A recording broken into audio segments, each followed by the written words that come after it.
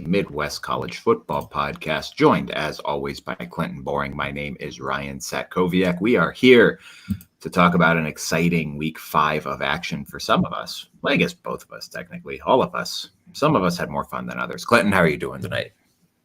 I'm great. I just saw that Chipotle now has smoked brisket on the commercial. That's grand. There's a 0% chance I trust Chipotle's brisket. I might have to maybe give it a try. Anyways, I'm doing great. The Bengals finally won a game, so that was a relief. Still a stressful game because our defense is Swiss cheese, but we won a game, so I was pretty ecstatic. Today it is the wife and I's 6-year wedding anniversary, so it was a good weekend. Great football games yesterday. She's a lucky woman. That's all I can say.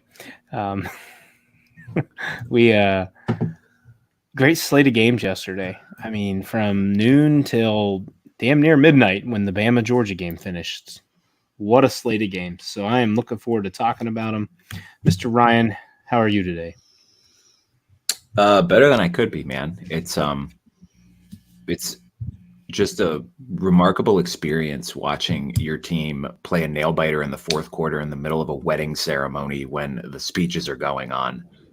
Having to keep your mouth shut and not make any loud exclamation noises when things are happening. I feel like playing for Notre Dame right now is like starring in a Final Destination movie, but we'll talk about that in a little bit. We're live once again on the YouTube this evening, every Sunday, Monday, and Thursday evening at 9 p.m. You can catch us there on youtube.com/ITPCFB, where you can subscribe to that show.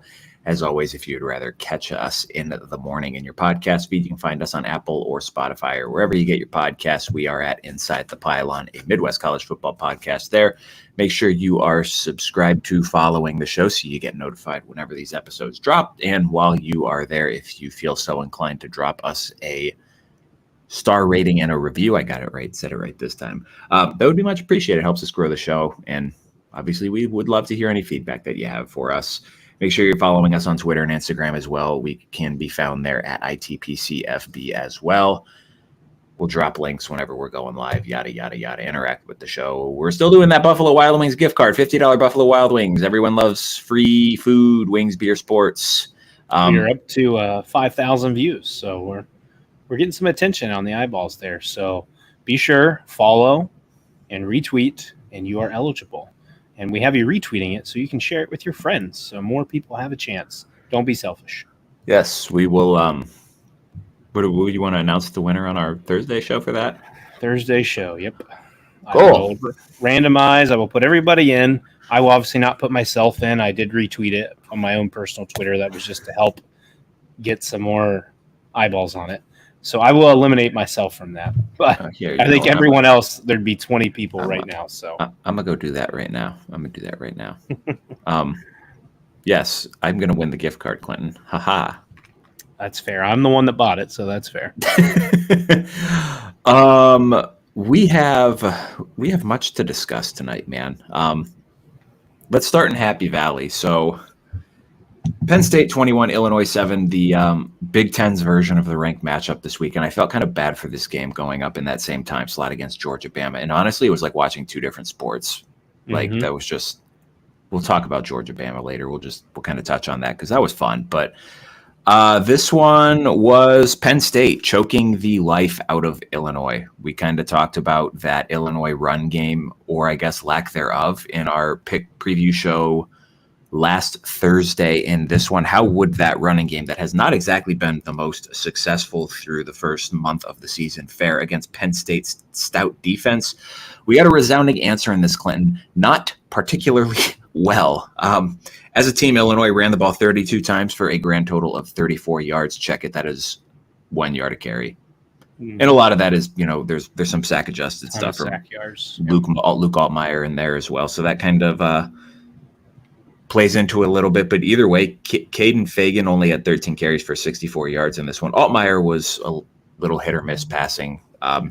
16 of 25 for 185 yards, 1 touchdown, 1 interception. His counterpart, Drew Aller, same thing. He was not chucking it deep in this one either, but He did not need to because the Penn State running game, 241 yards on the ground, 5.6 yards per carry, and 3 total touchdowns, including 1 on the ground from tight end Tyler Warren. Love to see the didn't have that one in the bingo card. Didn't have that in the bingo card. But Nick Singleton and Katron Allen, almost 200 combined yards on the ground. You got your big guy stepping up in this one. Penn State does not cover the large 19-point spread, but a 14-point home win against a ranked foe, Clinton. That is nothing to write home about. Yeah, I said that wrong. I said that wrong. That is something to write home about. That's an impressive win for the Lions. A very impressive win for the Lions. You mentioned it off the top. Difference in the run games. That was my first note on here. Breaking it down a little more. Allen, 5.7 yards per carry. Singleton, 5.9 yards per carry. If you're getting 5 or more yards per carry, you're getting half a first down every single time you run the ball. You talked about the total yardage for Illinois. Fegan was the only running back who had positive yards. So 64 yards. If you eliminate the sack totals, they had 64 yards rushing, and it was all by him. Penn State defense, pretty good. We talked about the Illinois offensive line when they were going to come against Nebraska. They held up pretty well. So we're like, hey, man, Illinois' offensive line, pretty stout. Not so fast, my friend. 7 sacks for Penn State in this game. They had Altmaier under duress. So they kind of look like Swiss cheese at times during this game. Again, I already noted, showed a major difference between the 2 games there from last week to this week. Penn State's defense also had a fumble recovery and an interception. Illinois had no turnovers in this game. What have we talked about with them? They were big opportunities with turnovers. They also, if you remember at the end of the game, fourth quarter and overtime, just attacking Dylan Raiola, putting him under pressure. I don't think they did a whole lot of that this game, maybe 2 or 3 for Aller. Illinois had the great opening drive. We watched him go right down the field. I think it was, correct me if I'm wrong, Zachary Franklin caught the touchdown pass, but they could not build on it. No, it was Carson the other Gouda. one. Okay, Carson Gouda. Gouda Cheese. Gouda. We're going with Gouda because we said Swish. Now we got Gouda. Well, there's no U in his name, so I don't think this is phonetically correct. But that's all right. So great opening drive, but then they couldn't build on it. So here's the other caveat on their rushing attack. They only got, outside of the opening drive, they only had 25 rushing yards the rest of the game. It all happened on the first drive. Yikes. They also had 5 pre-snap penalties in the game. What do we talk about? If you're going to be a road dog and you're going to go on and you're trying to pull an upset, you cannot commit penalties. It puts you in bad situations. And you're going against a really aggressively fast defense. I was looking back and forth. I had all 3 of these games up: Ohio State, Bama, Penn State, Illinois. And I kept just going between those 3, and I'm just looking like, are these guys going to score points? This guy's going to score points? We're just going to, choke each other the whole entire time? Like, somebody break out. And then Penn State's going, and then I watch Illinois missed 2 or 3 field goals. Penn State missed 1 or 2. And I'm just like, cool, this is going to be a 7-point game. This is true Big Ten football all night. After we talk about how great Penn State's offenses looked and how explosive they've been, they show us that they're still in the Big Ten. So great game. Great win for Penn State. I believe they're bringing in UCLA next week while Illinois gets a bounce back against the Boilermakers. Yes, after a bye week here, so nice little chance to regroup for them prior to that. And this is not going to be the last time that Illinois has a chance to make some noise in the overall Big Ten race this year. So after that Purdue game, you're hosting Michigan before going out west to Oregon. So, I mean, you got Rutgers later on this schedule too. I mean, by the time that game happens, Rutgers could be a top 15 team for all we know. Knights are looking good. I think looking at that, because I wouldn't count – I feel like Illinois and Nebraska were pretty level-footed there. So that's fair. Quite call that an upset, but I think they could easily snag a Michigan and Oregon or a Rutgers if they're, top 10, top 15 team at that point. But Oregon and Michigan better be careful, especially Michigan. We'll get to them in a minute. Illinois plays defense, and they have offensive pieces that can challenge Michigan. So. Yes. And this is a weird spot to be, I think, for Illinois fans, because coming into the year, like, 6 weeks ago, if you told Illinois fans, like, hey, you're going to go into Happy Valley, you're going to be tied at halftime, you're going to be going into the fourth quarter down 7 points, I guarantee you 99.9% of the rational ones would take that. Like, that's Yeah, and it's one of the, like, after the game, I get you're a top 20 team coming into this game. You're going in, you're expecting to win, but making that a game, hanging tough. I mean, I'm not a moral victories person, but that's got to count for something here. So fascinating to see what the Illini are able to do for the rest of the season. When we heard Scott talk in our fall preview, everything I felt like his vibe was that this was not going to be a good season. Mm-hmm. Like, hey, let's try to get 5, maybe 6 wins and get to a bowl game. Get bowling. Not be ranked and walk in and give Penn State a game. Mm-hmm. It's an impressive start so far for Illinois. Very impressed. Yes. Speaking of impressive starts, let's move on to the Wayback Machine to Friday night. Rutgers 21, Washington 18. The Scarlet Knights are 4-0 for the first time since 2012, which coincidentally, stat courtesy of Big Ten Ben, was also the last time the Scarlet Knights were ranked, Clinton. Are they ranked now? I don't think so. I think they're in the others receiving votes. Is Indiana ranked? Indiana's 23rd. God, these AP voters are trash. I mean, it's got to be hard to be an AP voter because they're all covering a team, so it's not like you're watching the games. So I actually was able to watch this entire game because I did not have a wedding on Friday night. And I think the story of this game, Clinton, was Washington kind of did everything that they could to give it away. Mm-hmm. So many undisciplined penalties. There was one play, I forget when in the game it was, but it was a 4th down. Rutgers lines up for a field goal, gets blocked.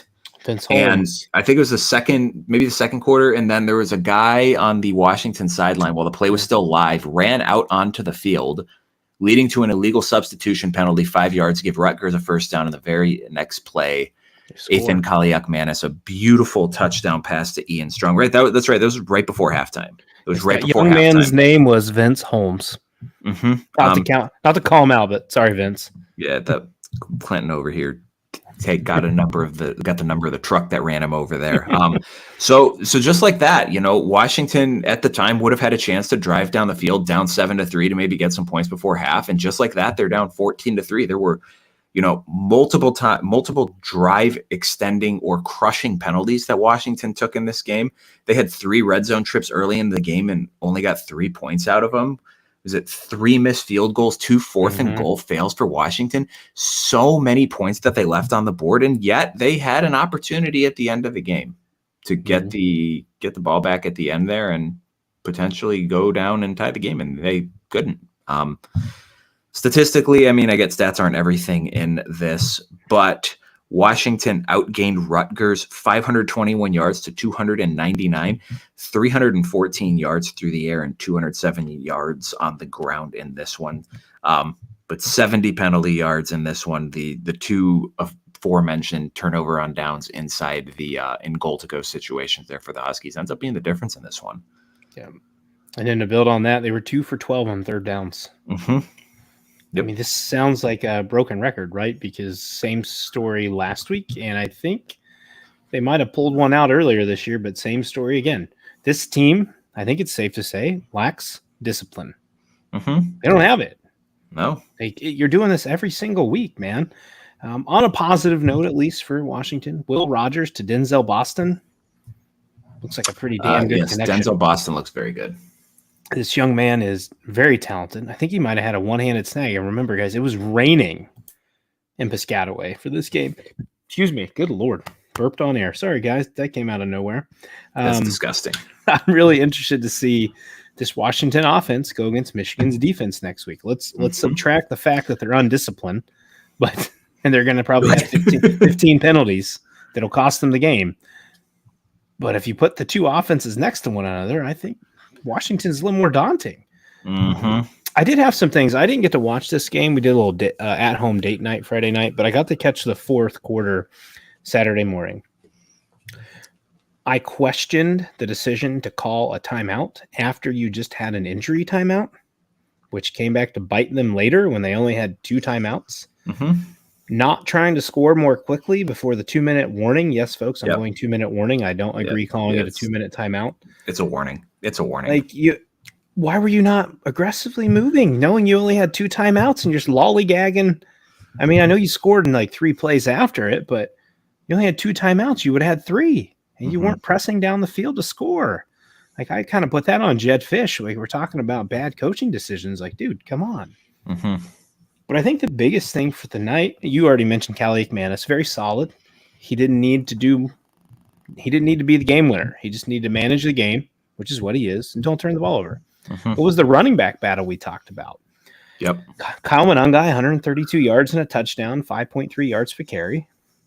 Jonah Coleman, 148 with 9.3 yards per carry. These dudes dueled it out. Looked great for both these teams. But again, Washington, you win this game if you just clean up your act. You have it. You'd have beat them. It's so disappointed. Oh, the other one I missed this. You kicked it deep after scoring instead of trying an onside kick, knowing you only had 2 timeouts. Yeah, I didn't get that either. But, like, I get you got it back, but you didn't know that was going to happen. Like, why the hell would you not try the onside kick?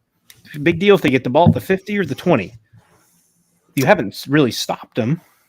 And there's Kyle Monangai sitting on the other side of the field that they're going to feed the ball to. Like, I would 100 times out of 100 times kick that onside kick. Yeah, man, I don't know.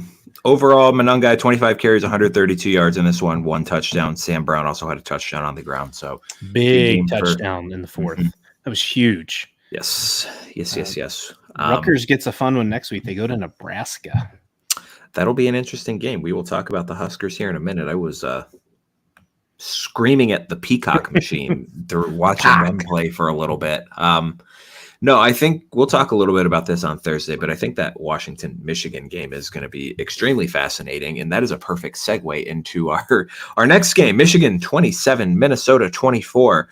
I think I might have fired off a tweet from our account at like 12:50 p.m. 12:50 p.m. on Saturday, watching this game after the Michigan blocked a Minnesota punt that led to Michigan's second touchdown drive of less than 20 yards in this game. That was more or less to the effect of, well, this game is over. Oops. Thought the same thing. I didn't catch the 4th quarter of this game because this was when we were driving down to Toledo. And I'm very upset that I missed it. Michigan. Yeah, so 21 4th quarter points by Minnesota in this game. The difference being Michigan getting a field goal drive there with about 4 minutes left in the 4th quarter.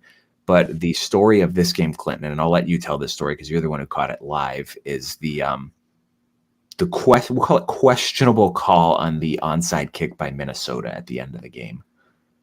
I don't know. First of all, you don't see it immediate, right? Because your eyes are so focused on, oh my God, it's an onside kick. Oh my God, Michigan missed it.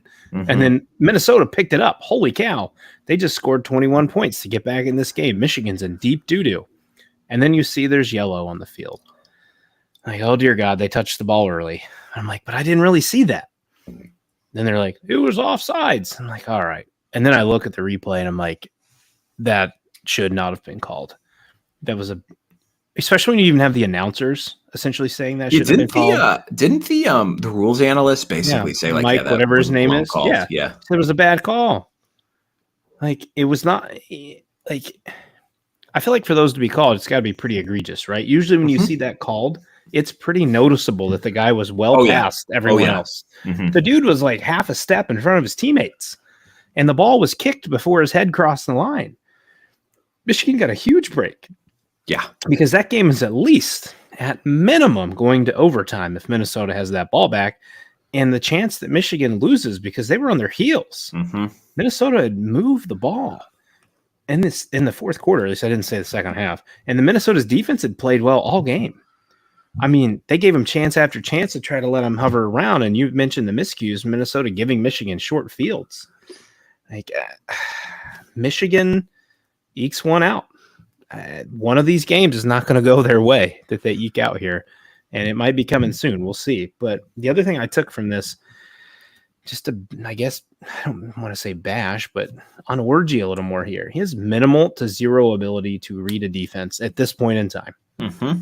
If Colston Loveland is in the route tree, he looks at him the entire time. He stares him down. He doesn't look anywhere else. this is going to cost Michigan in the future because teams are either going to bracket Loveland because you have no receivers that threaten anyone, or they're going to sit on it and they're going to take it to the house. You have to develop an ability more often to move off your first read and be able to hit a second or a third. Maulings, Donovan Edwards, you might just stay on the pine, man. Yeah, Maulings runs hard, man. Maulings is a monster. Sorry, Darius Taylor, fantasy people, he got shut down again. He had 36 yards. Rough day at the office for him. But again, I don't know how good Minnesota's run blocking is. When you're going against Graham and Grant, who just wreck your interior of O-line, it's really hard to run the ball. Yes. But yeah, I think the story was, well, at halftime, thought it was over. But I'm like, I'm going to keep it on the TV. And then we get to the fourth quarter, and I'm like, holy cow, we got ourselves one. And then it gets taken away. One final piece of a stat here. Michigan's now won 27 straight conference games. Their last loss. Can you name who their last loss was to, Ryan?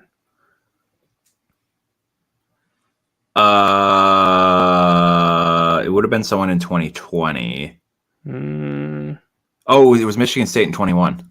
Ding, ding, ding, ding, ding, ding. Kenneth Walker in the Mel Tucker-led Michigan State Spartans. Might as well have been a lifetime ago at this point. I know, right? Mel Tucker's been fired. Kenneth Walker's in his third year in the NFL. Yeah, something like that. It's an impressive stat for Michigan, but you're hanging on a thread. You're about to lose one. It's coming. Yeah, so this is now 3 straight weeks where Michigan has completely cratered in the second half. It did not cost them against Arkansas State because it was Arkansas State. Did not cost them against USC because you get a miracle bulldozer run from Khalil Mullings that sets up a game-winning touchdown drive.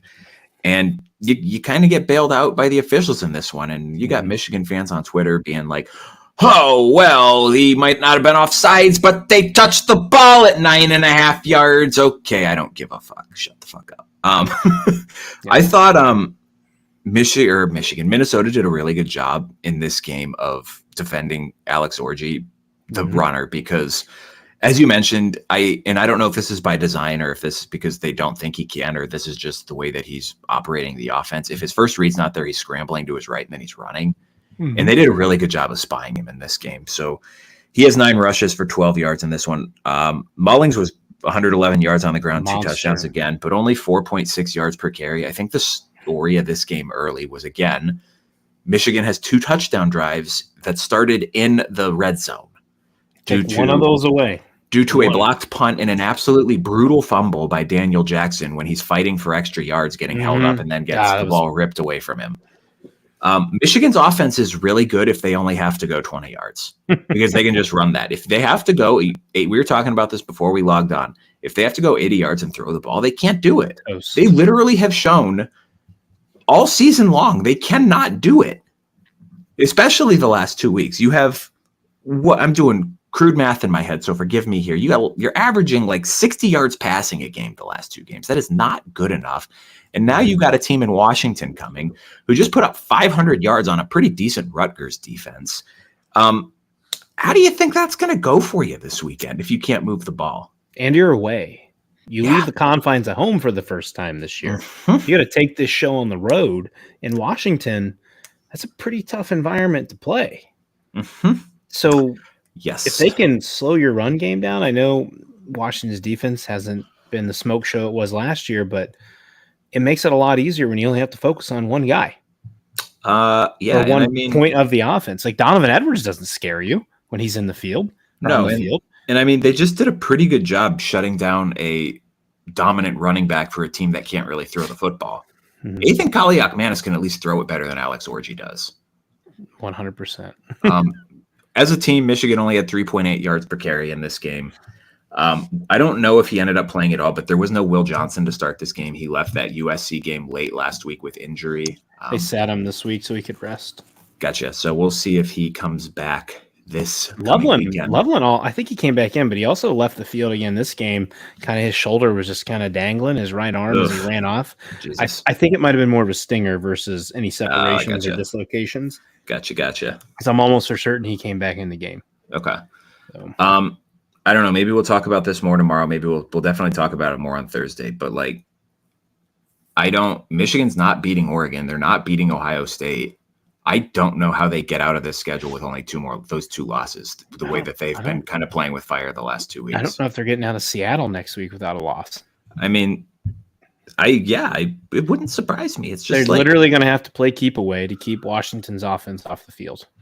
And I mean, there were a lot of justified jokes about Michigan's schedule last year, and I made a lot of what I thought were justified jokes about the bottom part of the Big Ten in this preseason portion of our programming here. But you look at Michigan's schedule the rest of the year, you got Washington before the bye, and then coming out of the bye, you got Illinois, who, again, just gave Penn State, who I would say is substantially better than Michigan, a pretty good game in Illinois.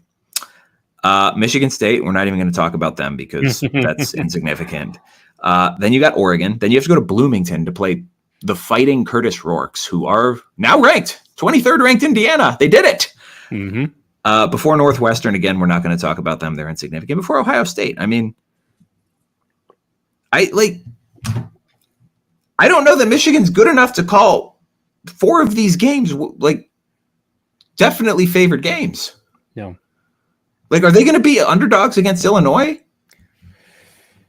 I would say no, just on the precedent of who they are. But in your mind, they should be. If they get dog walked by Washington this weekend, they may be. Remember, Brett Bielema was there in 2022 when there was another. He almost beat a good-ass Michigan team. Another questionable call that saved Michigan in that game. They're going to want revenge, man. Yeah, so we'll be talking about Michigan a lot more, and it's almost like spiteful at this point because I just they can't keep getting away with this. Or they could. I don't know. I'm sure they will because that's how this sort of thing works is I can't have nice things, but everyone else gets nice things. Moving on next, Indiana 42, Maryland 28, Clinton. This game was a certified barn burner early. It was kind of one of those Big Ten games. It's like, does anyone want to win this game? There's just a lot of hot potato with the football. Curtis Rourke intercepted 2 times in the first quarter, the first 2 of the year here. In the first quarter, Maryland had, their first 2 drives, 6 plays, 0 first downs, which it's not like Indiana really was pulling ahead there with the aforementioned turnovers there. But things started to loosen up as this game went on and they started trading touchdowns. I thought both quarterbacks in this one, for the most part, were pretty good. Obviously, the 2 turnovers for Rourke were something that you don't like to see, but he got going. He rounded well as the game went along. He had a pretty good rapport with Elijah Surratt in this one. He had 7 catches, 128 yards. I think the most notable aspect of this game, Clinton, was the Hoosiers did an exceptional job of shutting down Ty Felton. He had only 5 catches for 38 yards in this game. To Maryland, I guess everyone else's credit in the Maryland offense. Good God, I can't talk. Caden Prather stepped up a little bit. He had 5 catches, 66 yards, including a remarkable kind of jumping catch. I think it was in the early third quarter, which led to a discussion about getting a cheek down on the broadcast. Yes. Yeah. I did not have that on my bingo card for the day. That's great. Apparently, you only need to get 1 cheek down. It does not need to be your whole ass that gets not to cut you off. It wasn't just a cheek discussion, but it was a cheek discussion held by none other than Jake Butt. Remarkable. And the commentator was like, well, if anyone knows about butts, it's you, Jake. And I was like, oh, my God. Yep, this is off the rails. This is, speaking of out of pocket, this is definitely out of pocket. God. Dylan Wade had a circus touchdown catch for Maryland early in the third quarter. Roman Hemby, a 75-yard touchdown run. He goes over 100 yards in the game. But, I mean, Clinton, the Hoosiers just keep winning. Did you hear about the Hemby run, though? No. So, apparently, he should have been tackled. But the umpire got in the way of the Indiana player, ran into him, missed the tackle, and then off to the races for him. Oh, that's why I must have gone upstairs to get a water at that point because I came downstairs and they were like going to commercial and they're like, good block by the umpire. And I'm like, what? Yep. Ran into the Indiana player, which opened the hole wide open. So, well, you brought that up. They stopped the connection to Felton. However, I took a note of this. Ty Felton was injured in this game. That would explain it. So he did not come back after he had his injury. Prather also got hurt, but came back. And I wonder if the Prather was more from when he hit his back off that cheek landing that he had. Yeah, maybe. But you mentioned the early turnovers for Rourke. Maryland had 4 turnovers in this game, and they got 0 points off of them. 0. Goose egg. Again, you're on the road, and you're a dog. You forced 4 turnovers, and you didn't score once? You got to be able to convert those. Your offense looked great, except you didn't convert anything when you needed to. Indiana's defense was all over Billy Edwards. 5 sacks. Numerous hits on him. These guys fly everywhere. We brought up the key point to this team was they tackle extremely well. They don't miss tackles. And it's going to be really interesting when they get later into the season and maybe face a few more athletes, like on Ohio State, for instance, and then Michigan's run game, how they tolerate that and tackle against those guys. But to this point, they're tackling machines. I got a fun stat. You mentioned Indiana's 5-0, Ryan. This is the first time they're 5-0 since 1967. That was 57 years ago. I was not alive then. And then exactly 57 years before that, in 1910, was the other time that they were 5-0. How about that? So, Clinton, good for us. We both took over Indiana 5.5 wins this year. They have a chance to hit that by the first week of October. Yeah. We knew what we were doing. See, we're not always dumb. Well, we both took under Illinois 5.5 wins. So, I will also top 30 points for the 5th straight game. This is their longest streak since the year 2000. So they're just setting all kinds of program records. They're not really records, but breaking long periods of time with certain stats here. So impressive performance. Their defense is legit. I think Maryland's still a really good team. We wondered what would happen with Talia leaving. Billy Edwards has stepped in just fine, and having Ty Felton and Prather certainly helps with that. But yes, Maryland's a solid team. I think they're going to be kind of what Maryland always is, which if they catch you on a bad day, you're going to lose because they're good enough to beat you. The problem was they didn't capitalize on Indiana's bad half. Right. So Maryland into a bye here before getting Northwestern on the other side of that. Assuming they win that game, they'd be at 4-2. They would need to win then 2 of their last 6 games to hit bowl eligibility. And here's what we got here, Clinton. Hosting USC, at Minnesota, at Oregon, hosting Rutgers, hosting Iowa, at Penn State. It's a tough last 6 games. It's a murderer's row. Yes. I guess we'll see if there's 2 wins in that. That Michigan State loss is looking mighty rough at this point. Yeah, they needed to get that one away there. They needed to get that one. So big win for the Hoosiers. They have an opportunity against Northwestern next week to be bowl eligible in their first 6 games before their bye week, before they take on Nebraska. So, that's speaking of surprising ranked teams that have a chance to make some noise in the Big Ten. I tweeted this stat out from our account today, Clinton. The ESPN playoff projector or whatever has Indiana at a 39% chance of qualifying for the playoff. Dude, wouldn't that be something? Their only loss of the year is to Ohio State, and that's it. That would be remarkable. 11-1. Then you're going to rematch them in the Big Ten championship.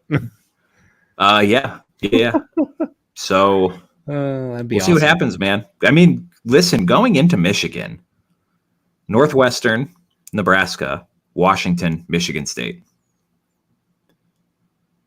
Are they going to be favored in all those games? Should be. They're certainly favored against Northwestern.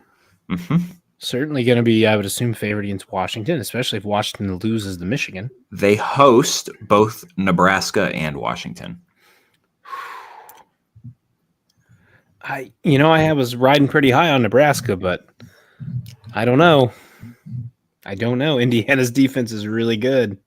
Really freaking good. We're going to see what Nebraska is this week. Man. Listen, Indiana's offense too. That's the other side of that coin is they're doing it on both sides of the ball. You're going to get another good read on Nebraska. Their next tough game, they're also drawing it at home. They've had 2 of their toughest games at home. And yes, I'm calling Colorado tough. They are 4-1. Yeah, they beat the shit out of UCF. UCF, and they were, I believe, they were expected to lose that game. 14-point underdogs. So that is a good win at this point. So Nebraska's had 2 tough games, had them both at home, lost one, won one, and now you're drawing your next one at home. We're going to really see what this team becomes when they go on the road. at some point here. So I don't know. We're going to find out a lot this weekend coming. Yes, this is a nice little transition here, Clinton. Nebraska 28, Purdue 10. A Purdue offensive performance that was so bad that they fired their offensive coordinator, Graham Harrell, no longer employed by the university after this one. Hey, you got to play your sound. Get out of my house. Yeah, here. Hold on. Let's rewind that. Fired Graham Harrell after this performance. Get out! Get out of my house! Graham Harrell gets the boot. Purdue is inept. For 2 quarters, Nebraska was inept too. My God, Clinton, the first half of this game had me pulling my hair out because we doubled up the lock of the week money from last week, so we had a solid $40 riding on this game. I know, fucking high roller over here. My God, no one wanted to win this game early. It was just Nebraska kept moving the ball and then kept missing field goals. Or they missed 3 on the day, I believe. 3. I believe 2 were blocked, including one that was like 38 yards. There was in the at the end of the first half, I believe there was a ridiculous offensive pass interference penalty on Nebraska that rightfully set Twitter ablaze. It might have been the worst call that I have ever seen. Their first 3 drives, they got inside the Purdue 35-yard line and got 0 points. 2 block field goals. They only had 3.8 yards per carry in the first half against I don't want to say historically inept Purdue rush defense, but a Purdue rush defense that gave up 700 running yards their previous 2 games. Mm-hmm. So that's got to be a little concerning if you're Nebraska.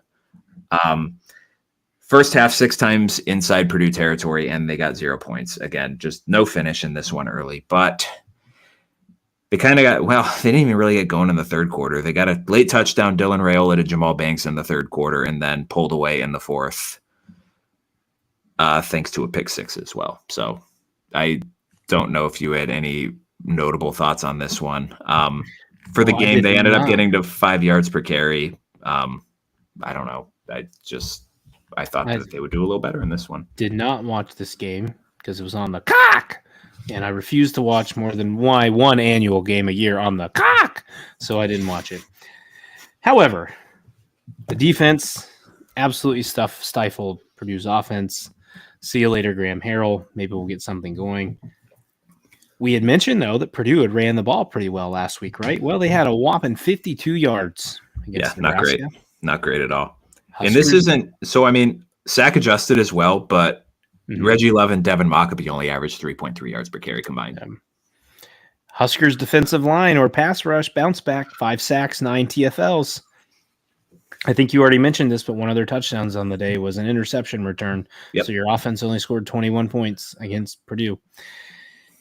You know, if you read Nebraska's stats and looked at the final score, you wouldn't think that this game was really much of anything because they outperformed them statistically. But I encourage you to go look at the little box score there and watch segment by segment and quarter by quarter. It wasn't a very good game. All of Nebraska's stats came in like the fourth quarter. Wait, should we do the drive chart here? I mean, you can if you want to read down it. First half drive chart. Punt, miss field goal, punt, miss field goal, punt, miss field goal, end of half. Shout out Purdue for a 13-play, 55-yard field goal drive to start the second half that took 8 minutes off the clock. That's remarkable. They led 3-0, right? They led 3-0 with midway through the third quarter. Yeah. I wonder if some of this, too, for the delayed start on Nebraska was you're carrying over from just a tough battle and a tough loss last week against Illinois. Yes. And it just took them a little bit of time to wake up. I don't feel like they were ever in doubt to lose this game. No. I mean, certainly it wasn't encouraging, 0-0 at the half, but we know how bad Purdue is, and Nebraska's still a good team. And it took a lot out of them last week. They bounced back. But I tell you what, you start that way this week, and Rutgers is going to blow your doors off. Yeah, you cannot do that at all.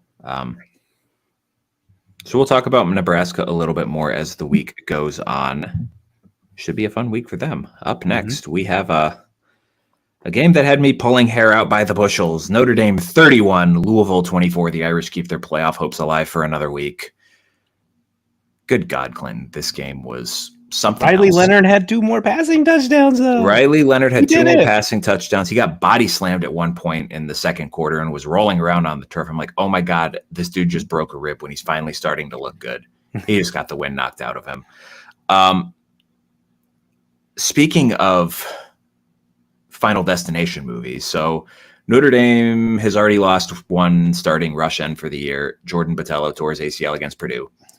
Boubacar Traore, who replaced him, redshirt freshman, who has started to look like an absolute terror off the edge, probably tore his ACL in this game, so he's out. Guys were coming in and out of the lineup. Christian Gray ended up not playing with the shoulder injury. Benjamin Morrison left the game at some point due to injury and then came back in. If you are currently on the Notre Dame football roster, find some bubble wrap, wrap yourself in it, get healthy during the bye week. Enjoy Stop your bye week. getting hurt. This game started right at 3:30, and that never happens for Notre Dame games. I was shocked because we were just pulling up to the restaurant, and I pulled up Peacock on my phone. It was 3:36, and Louisville scored. I'm like, what the hell is going on? Mm-hmm. Notre Dame fumbles the opening kickoff. Louisville proceeds to score in 3 plays, and then Notre Dame goes on a very nice long touchdown drive to even the score. And then on the ensuing kickoff, Louisville fumbles it, starts the drive at their own 7-yard line. Tyler Shutt keeps it on a RPO and completely blows by everyone. No one was expecting this pasty white guy to keep it on an RPO. He goes for 50 yards and then gets chased down from behind and he fumbles it. And then Notre Dame goes down to score. And then on the ensuing series, a punt for Louisville the long snap goes straight over the punter's head. Notre Dame gets it at the 5-yard line. And 10 minutes into the game, they are up 21-7. It was remarkable. And then Notre Dame proceeded to not do anything on offense for 50 minutes until their second to last drive of the game. So it's kind of one of those games for me, Clinton, from my perspective, that it's just win no matter how you do it. I don't care how good, pretty, ugly it looks, just win, get out of there. But definitely some encouraging signs from the Notre Dame offense in this game. Riley Leonard starting to throw the ball down the field a little bit more. The stat line isn't sexy by any stretch of the imagination, only 163 yards. They only ran for 4.1 yards per carry in this one. Just not a great running game from them at all. Jadarian Price fumbled, gifted Louisville 7 points in this game. He didn't touch the ball again after that. Probably the worst game of the season for Jeremiah Love as well. He 5 catches for 27 yards. He had a 32-yard touchdown catch in this one, but again, his other 4 catches then netted -5 yards. Only 11 carries, 34 yards in this one. So not really an efficient game for Notre Dame on the ground. They were definitely took advantage of their opportunities early, but I don't really know what to make of this, man. It's just another game and whatever they won, but they got to get a lot better on offense as the season goes along. Al Davis said it best. Just win, baby, win. Mm-hmm. That's all that matters. Stack victories. You got to get better every week. You guys are going to get a chance to heal up in the bye week. But you got some games later on your schedule that are going to be stout. Georgia Tech, Army may not be a joke at this point. Buddy, I am terrified of playing Navy. They look so good on offense. Mm-hmm. So it's not going to be a cakewalk. It's going to be challenging to get where they want to go. My biggest notes on this, just because I know you are our resident Notre Dame guy and have all the notes we need, but Notre Dame forced 3 turnovers on the day, so good on the defense, and they held Louisville to 1 of 5 on 4th down. As we mentioned on the show Thursday, Louisville had previously been 100% on the season. So good stops there by Notre Dame. Another one was just pure sloppiness by Louisville with the delay of game. Oh, my God. I was just about to say, I wanted to shout out Jeff Brom's clock management skills, which apparently he's notorious for not being great at it, but they blow all their timeouts. Embarrassing. They have blown all their timeouts before Notre Dame's last series, so they can't even stop the clock on Notre Dame. Notre Dame just needed to get a first down, and the game would have been over. And they ran quarterback power twice with Riley Leonard, who clearly was not feeling good. After the second down run, he got up and he was shaking his wrist off. I'm like, great. Then they roll him out. I'm like, why are you throwing the ball with this guy? And they just took it through. It was the worst series I've ever seen called. But it was at the 40-yard line. It's 4th and 1. You have no timeouts. You take a delay of game penalty. What are you doing? I would be sick if I were a Louisville fan. That's just inexcusable. From a coach who should know better and a quarterback who's been in college for 900 years. Like, get the damn play. It's 4th and 1. Run a quarterback sneak. It's not that hard. And then you go to 4th and 6, and now it's way Tyler Shuck is like 6'6". Just fall forward, you big tree. Yep. And then it's 4th and 6, and they took a deep shot, and it got broken up. So I guess we could kind of classify this under the both teams tried their darndest to lose at certain points in this one, and Notre Dame just kind of outlasted the stupid. So Survivor would say outwit, outlast, outplay. Notre Dame certainly did all three of those. Bingo. Good for me. We got to celebrate the wedding with Ryan. Well, I won't badger you anymore about Notre Dame. Because the Wisconsin Badgers completely fell apart in the second half. USC 38, Wisconsin 21. This game was 21-10 at halftime. One of my coworkers grew up a Wisconsin fan. I go up to him. I'm like, hey, Luke, what's going on with those Badgers? He's like, they'll blow it. I'm like, okay. Pulled it up at the end. I'm like, Luke, not only did they blow it, they did not cover a 16-point spread. USC, 2 touchdowns in each the third and fourth quarters to pull away from this one. I was completely predisposed. I did not watch this game, Clinton. So I don't have any notable takeaways. So fire away here, sir. Well, I did watch it while 4 toddlers ran amok through my house, but Wisconsin forced 3 turnovers in the first half. So that helped swing a lot of this. But then they got blanked in the second half. Only 82 yards of offense in the second half. It's not going to get it done. Wisconsin's been outscored 49-7 in their last 2 second halves. That's not going to get it done either. You could also argue kind of the same point you mentioned with Nebraska.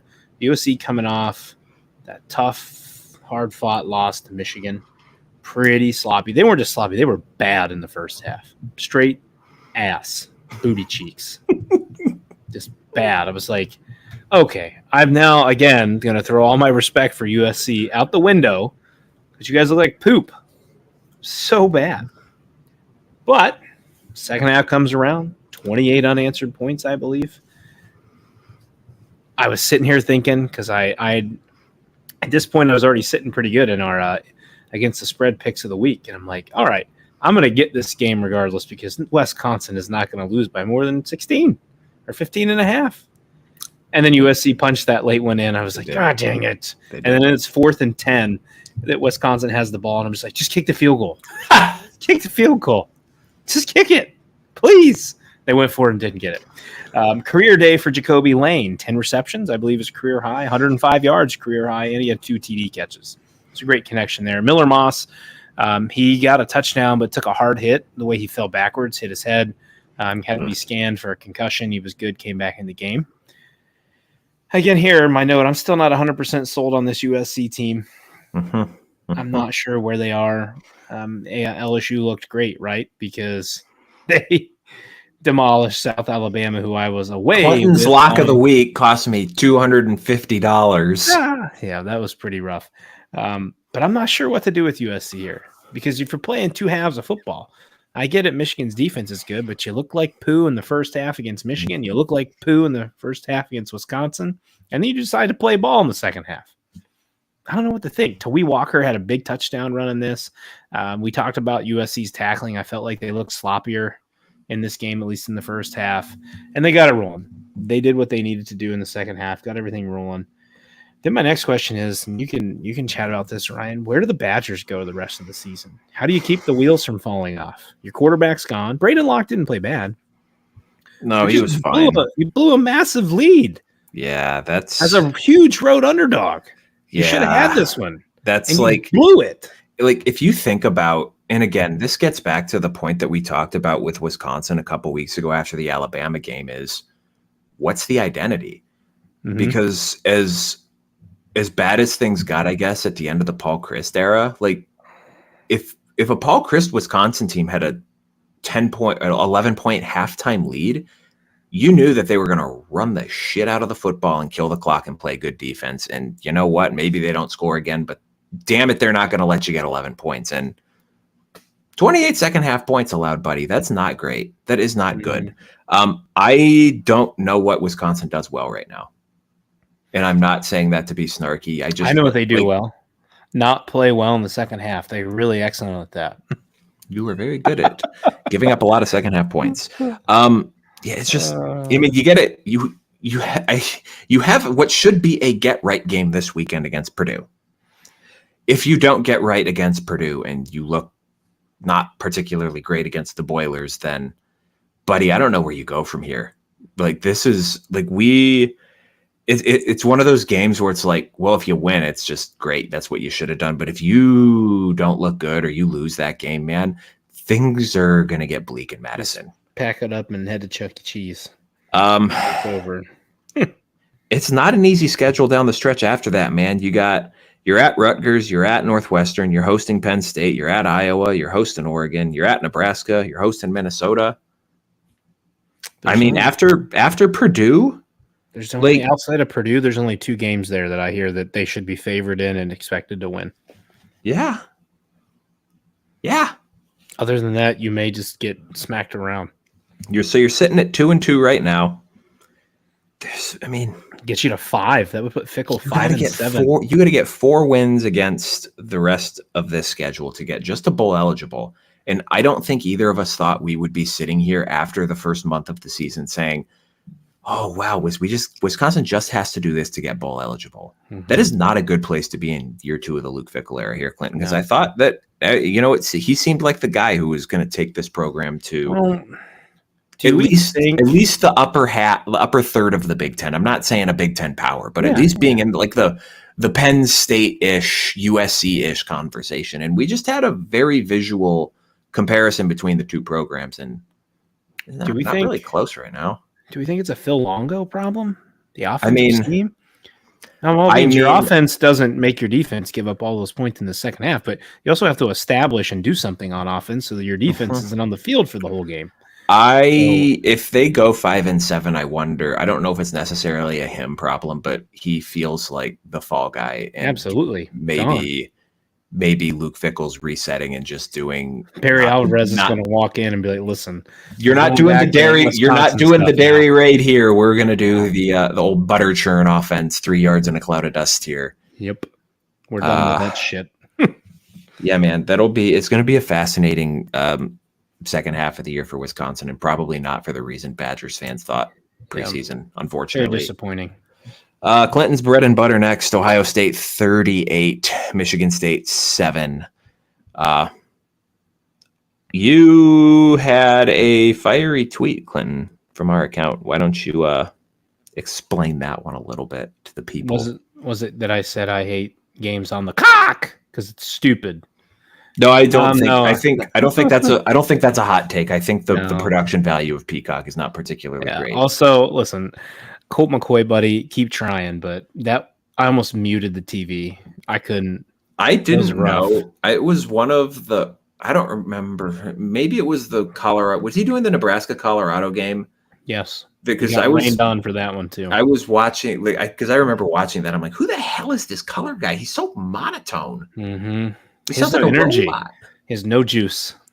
You need to go take lessons from Gus Johnson and get some energy in that booth. Yeah, man. That was bad.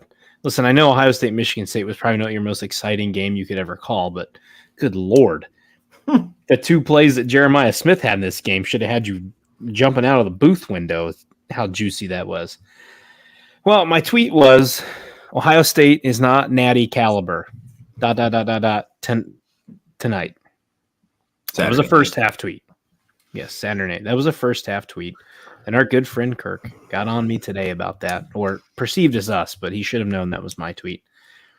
Listen, Ohio State came out, and I'm not knocking Michigan State. Michigan State at its best can clip anyone in the Big Ten. Aiden Childs, when he plays well, as he did at points in this game, he can put balls on the money and hit guys, and you're not going to stop him. He does well. They have 2 solid running backs, pretty good in the trenches. They just don't have enough talent to last an entire game with anybody right now. But Ohio State defense got pushed around again on the first few opening drives. I was ready to yank my hair out at Will Howard, some of his decision-making. We had to go for it on 4th down from like the 2-yard line.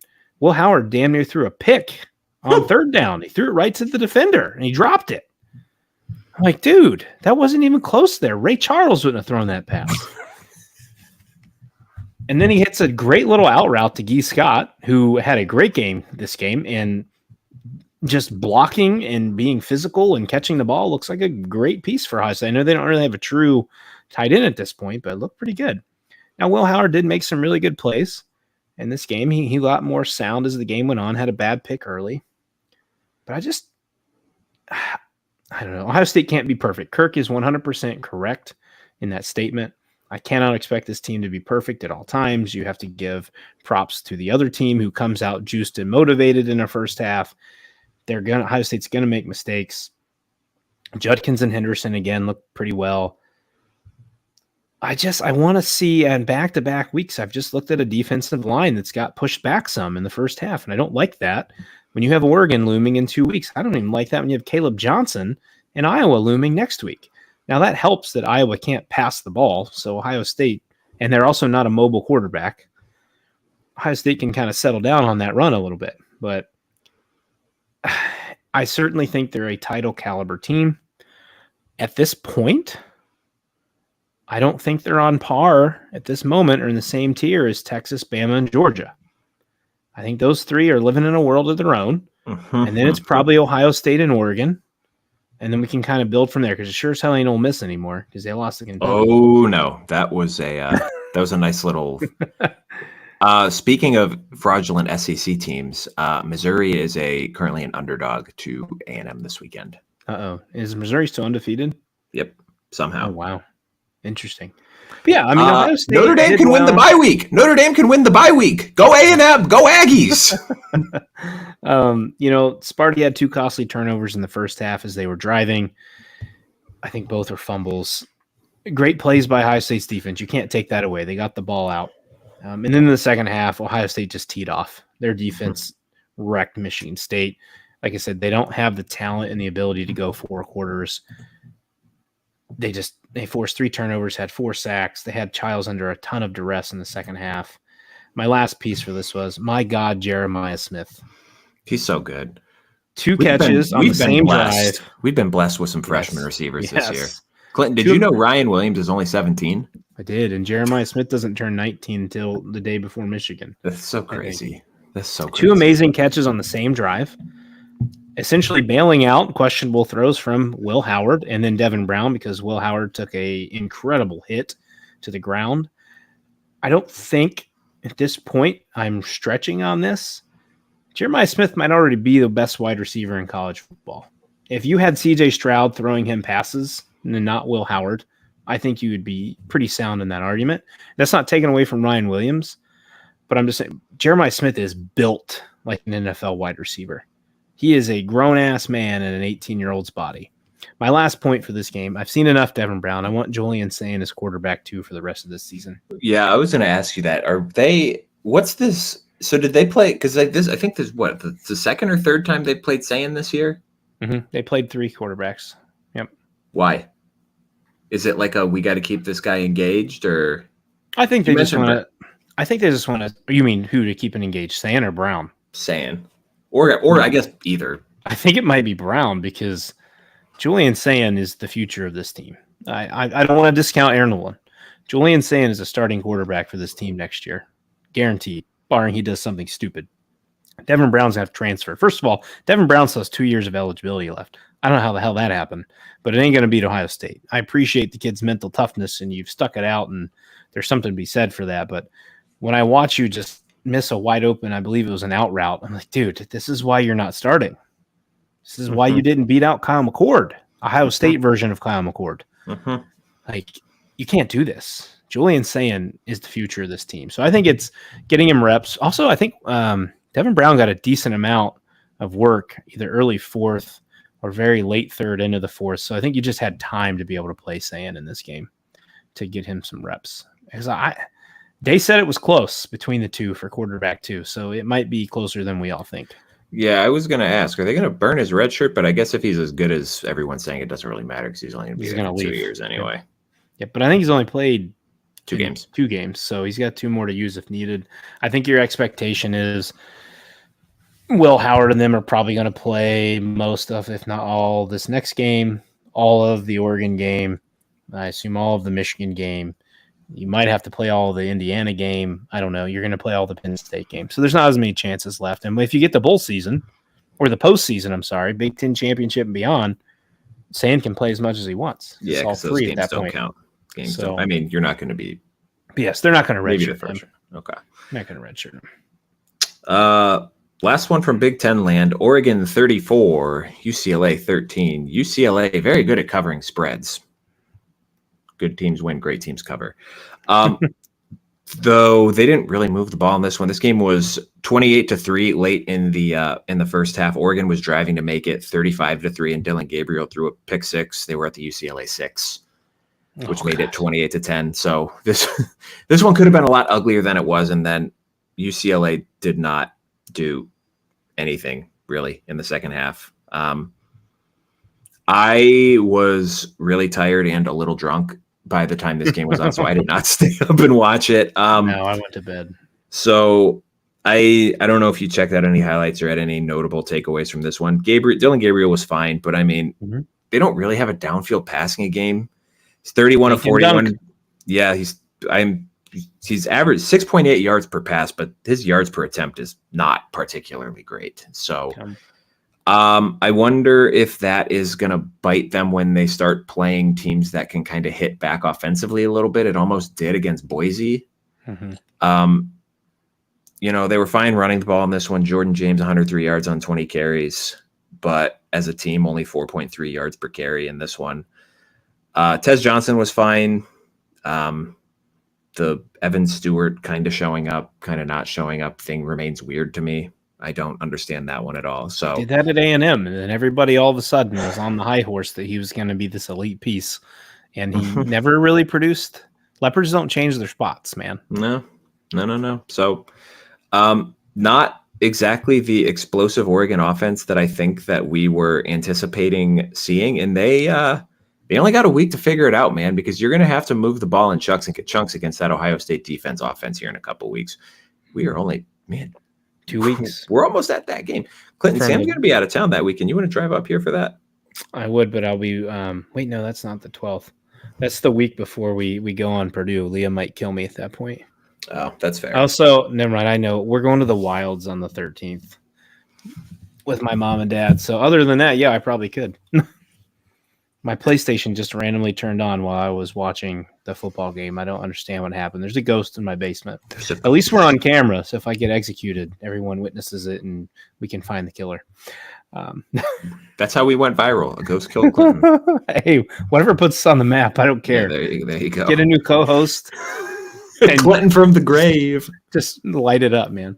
I was just going to say, the only notes I had, because I didn't watch it, Oregon scored on its first 5 possessions.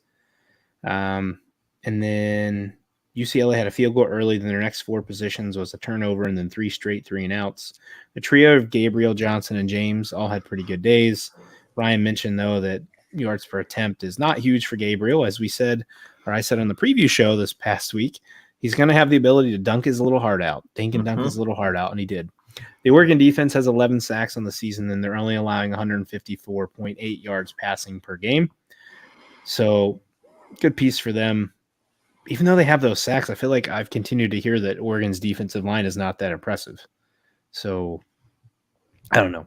And then UCLA has now gone 6 straight quarters without a touchdown. Yikes. Not great. With the so-called prodigy Eric Bieniemy calling plays. Yeah, that's not looking so good for his career. Clinton, we have some early lines for next week. If you would like to know how Vegas views Wisconsin, USC is only a 9.5-point favorite against Minnesota. Oh, wow. Wow. So that means Minnesota's going to be the favorite if things kind of hover about the same. Washington, 2-point favorite against Michigan. Ooh. I like that. That's bold. I like those odds. I might take that one. Yeah. Absolutely. Nebraska, a 7-point favorite over Rutgers. No. I'm going to, if that, oh my gosh, I wish we could get it now. I'm easily taking +7 Rutgers. I could probably take it. Let me see what it is on. That's just on Bet ESPN. I'm going to see what it is on DraftKings. I might take that on DraftKings right now because that's. Absolutely. You're giving Rutgers a touchdown? Mm-hmm. Did anyone not watch Nebraska play Purdue? Yeah, man. Or watch the fourth quarter overtime against Illinois.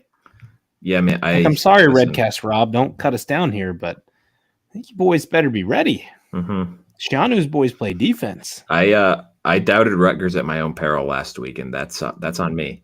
That's on me. Yeah, thanks, Ryan. Make sure you tell everyone our against the spread went last week. Clinton had a very good game, good week against the spread. He was 7-3, but his lock of the week did not win, so you should get half a point off. You should get negative 50 points for that. Yeah, whatever. Ryan was not very good. I was 4-6 against the spread, but my lock of the week hit.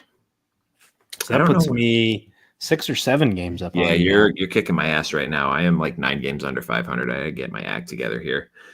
You want to talk about this Georgia-Bama game real quick, and then I know you had some other stuff that you wanted to talk about.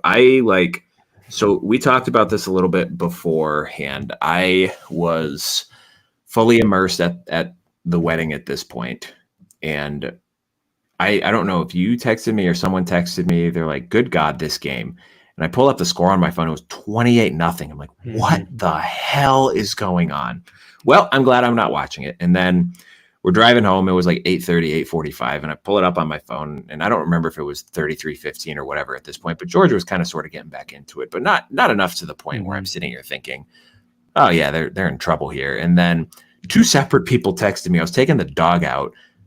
Are you watching? They're like, are you watching this game? I'm like, oh God, what happened? I walked downstairs just to catch the replay of the touchdown that put Georgia ahead. I'm like, oh my God, this is happening. Because while I did pick Georgia to win on our show, I put actual money on Alabama. So at this point, I'm like, what the hell is going on?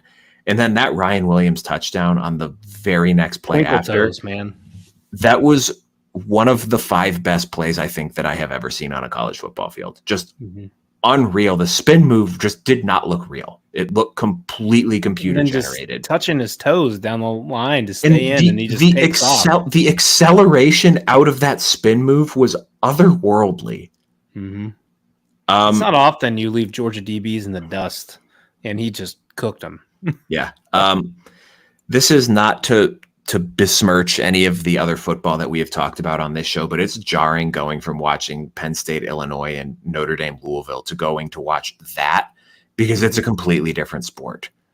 Like, that was frickin' Zeus and Xerxes or whoever other Greek god. I think that was not a Greek god. It's like watching 2 Greek gods fight. It's just not.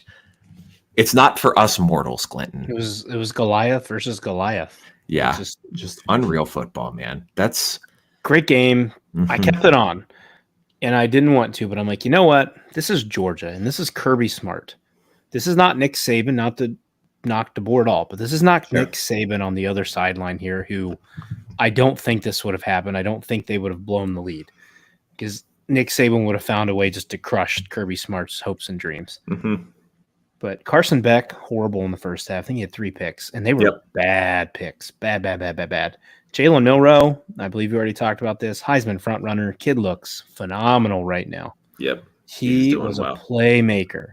You had to expect at some point Georgia's defense was going to slow Bama down. Bama was not going to hang 100 on them. That's not Georgia. Nope. I kept it on because I'm like, I think Georgia could make it interesting. They did a lot more than make it interesting. When they took the lead, I was like, holy shit. Bama's going to lose this game. They're going to blow and these fans 30-point lead. Are going to be irate. My buddy was texting me. He's like, this is effing bullshit. At most epic collapse. I'm like, yeah, because he's a Bama fan. I'm like, yes, it is. This is horrible. And then that Ryan Williams touchdown happened. I'm like, I'm pretty sure that just broke Georgia's spine. They're going to get the ball back, but you're not winning after that. This is not going to happen. And I tell you what, they almost did. There may or may not have been.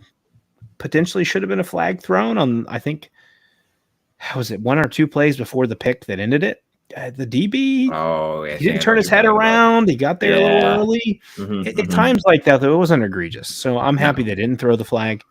And then the kid turns around and makes a phenomenal play to pick the ball off. I think the receiver he was going against is like 6'3", 6'4". Yep. And he makes the play to end the game. Hell of a game. Hopefully everyone watched it. If you didn't, you need to go find the replay of it and watch all 4 quarters, because that was a hellaciously good game. And you need to watch all 4 to understand how much Alabama whipped Georgia's ass in the first half for Georgia to make that comeback. But stellar game. Clearly game of the year thus far. There's nothing better than that matchup. We'll see what Ohio State Oregon can do to rival that in 2 weeks. You had something else you wanted to kind of finish with tonight? Hit us with your sound, Ryan. And take your hands out of your pockets, please. Come on. And take your hands out of your pockets, please. We're going to do a little out of the pocket. I got a couple here for Ryan. Remember, guys, this is the out of the pocket game. I give Ryan a team, a player, whatever, and he gives me a one word to describe how he's feeling about him. Let's start off with near and dear Ryan's heart, Riley Leonard. Optimistic. Okay. They have a bye week now, which is good for a multitude of reasons, because not only is the left shoulder hurt, he's probably got a couple other things going on because they're running him into the ground. And you know what? Whatever you got him for 1 year, it's like a used car. It's like a rental car. You don't drive the miles all over it. You don't drive the rental car nicely. You take that speed bump at 35 miles an hour because you just want to know what it feels like. And he has no NFL future, so probably not. I don't think he people throws well enough. I agree, but he's toolsy enough that someone's gonna at least take a undrafted free agent shot on it. Yeah. Because remember, I don't think he's a starting NFL. No. Like you have to remember that there some preseason, but definitely a lot before he got hurt last year, especially after that Clemson game. There were a lot of people who were talking about it. Does this guy have first round potential because of the tools? I think I've heard Josh Allen thrown around with him a little bit because if you look at how Josh Allen was in Wyoming, the Wyoming version of Josh Allen, not the NFL version of Josh Allen, big body, good runner, kind of runs with reckless abandon, but also when he throws the ball, you don't really know where it's going sometimes. Mm-hmm. I've also heard, and it's probably a little more apt because he's not particularly great. And he also went to Duke, Daniel Jones as a comparison. And remember, Daniel Jones was a first round pick. So just saying, not that he's going to be a first. I don't think he would have to play his ass off the next 8 weeks to be a first round pick. When it comes to draft time, people get talked in very easily to taking quarterbacks in the first round. They probably shouldn't. Oh, sure. They fall in love with tools. They fall in love with the tools, 100%. Zach Wilson. Trey Lance. Yeah. Oh, God. Yikes. Imagine how good the Niners would be if they didn't trade a buttload of first-round picks for that guy. Or just taking, I'm not saying Justin Fields is a world beater, but I would have felt really good about Fields and a Kyle Shanahan ran offense with Christian McCaffrey and Deebo Samuel and the offensive line. I think that would have been a little better. Mm-hmm. All right. I got 1, 2, 3, 4 more for you. Okay. Bama, Georgia. The game as an entirety. I don't think I have an appropriate sound for this one on here. Well, I don't get the brain man cold. That's how I felt watching that game. Just unreal. Just unreal. We'll go with that one. Great game. We're watching a completely different sport, man.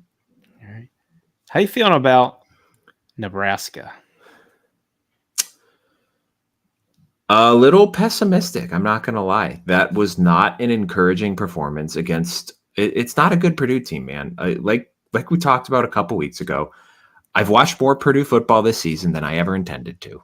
Well, I intended to watch a full game of Purdue football, but it was 60 minutes of just watching them get smacked around by an offense that we have a couple more weeks of data on now that we know is, they're kind of average at best. Mm-hmm. And you gave up 66 points to them. I expected Nebraska to flex a little bit more in that game, and they did move the ball. I think there was still a little bit of the Scott Frost letting some dumb things happen that was kind of working its way out there. But it's one of those games where you sit there and think, I'm not completely out on Nebraska, but also, I'm looking at some of these tough games coming up here, and I'm not feeling as optimistic about their chances. I just put some money on Rutgers +7 live on this show because of. In part of because what I saw from both teams last weekend. Again, not that Rutgers was world beating against Washington, and they certainly had some assistance from Washington's own desire to not win that football game as well. But it's a good, disciplined Rutgers team. So since you've live bet it on the show and said it, we are automatically holding the Rutgers line at +7. +7 on Thursday, unless it gets bigger. You can't give it to us if it's smaller. If it goes like -5, -3. I'm sorry. Well, plus I'm 3. interested to see. I'm interested to kind of track how that moves throughout the week because I don't remember what Rutgers opened at against Washington last week, but that had some weird line movement in as well too. I don't remember if they were favored to start, and I think Washington ended up favored by the time the game started. So it'd be interesting to see. All right, 2 more. The Indiana and Rutgers on the whole as teams. How you feeling about them? Kind of put them in the same category. Rank them both. Cowards. We finally got IU in the top 25. I'm higher on IU to me. Like I'm not going to sit here and say I think that they're going to be 10-0 going into Columbus in the middle of November, but dude, it would not surprise. Like if you sit here, if someone came from the future and said Indiana is going to start the season 10-0, I wouldn't be surprised at this point because I think they are certainly good enough and well coached enough that they can win every single game between now and that matchup with Ohio State, and that includes Michigan. Mm-hmm. And with Rutgers, I mean, we talked about it preseason. As much of it is a function of the schedule, I think they're going to win 9 games this year. They're a well-coached team. They run the ball well. They gave up 500 yards last week, but they played good enough on defense to keep themselves in games. So good optimistic feeling about both of these teams. The last one of the night before we close the doors on week 5, at least recap episode. Alex Orgy. I'm gonna scissor kick you in the back of the head. I just got all these funny sounds that I want to use. He's going to cost Michigan a game or 2 against someone that they would otherwise have no business losing to. Yep. It's not good, man. It's not they don't have a functional offense, and maybe they get it fixed after the bye week in a couple weeks. But if they play the way that they have the last 2 weeks, I think that Washington is going to get them. Mm-hmm. I agree. That was good. We haven't done that in a few weeks, so it was nice to have that in a segment in there. I was going to say, I know we got to talk about fully what we want to do tomorrow night. I wouldn't mind doing a couple dudes of the week because I think we had some true dudes of the week performances last night. Yeah, we can do that. I think do maybe like 3 each. That'd be a little piece we can put in for fun there. Yeah, you got Mondays off, right? I got Mondays off. I'll have to do some brainstorming tomorrow. I'm challenging you to a sound for dudes of the week, whether that's you recording something your own self, or if there's something cool out there we can use for dudes of the week. They can be our Mountain Dews of the week. The Mountain Dudes of the week. Chip, I'm all jacked up on Mountain Dew. Well, these dudes of the week should get you jacked up like Mountain Dew. That is all for us tonight. Almost a complete recap on week 5. Maybe we'll probably touch on it a little bit more. Longest recap show with the least amount of games we've ever covered. Yeah, I know. Good for us, man. Hey, we got to talk a little bit more about some of these games then. Yeah. If you're still with us, God bless you. We'll be back with you again tomorrow night, 9 p.m. if you want to catch us live on YouTube, and then obviously in your podcast feed in the morning if you prefer that. For Clinton, I'm Ryan. Thanks for tuning in again. We're almost into October. Weather's starting to get cold and the football's starting to get spicy. Take care, everyone. We'll see you back here tomorrow night. See you.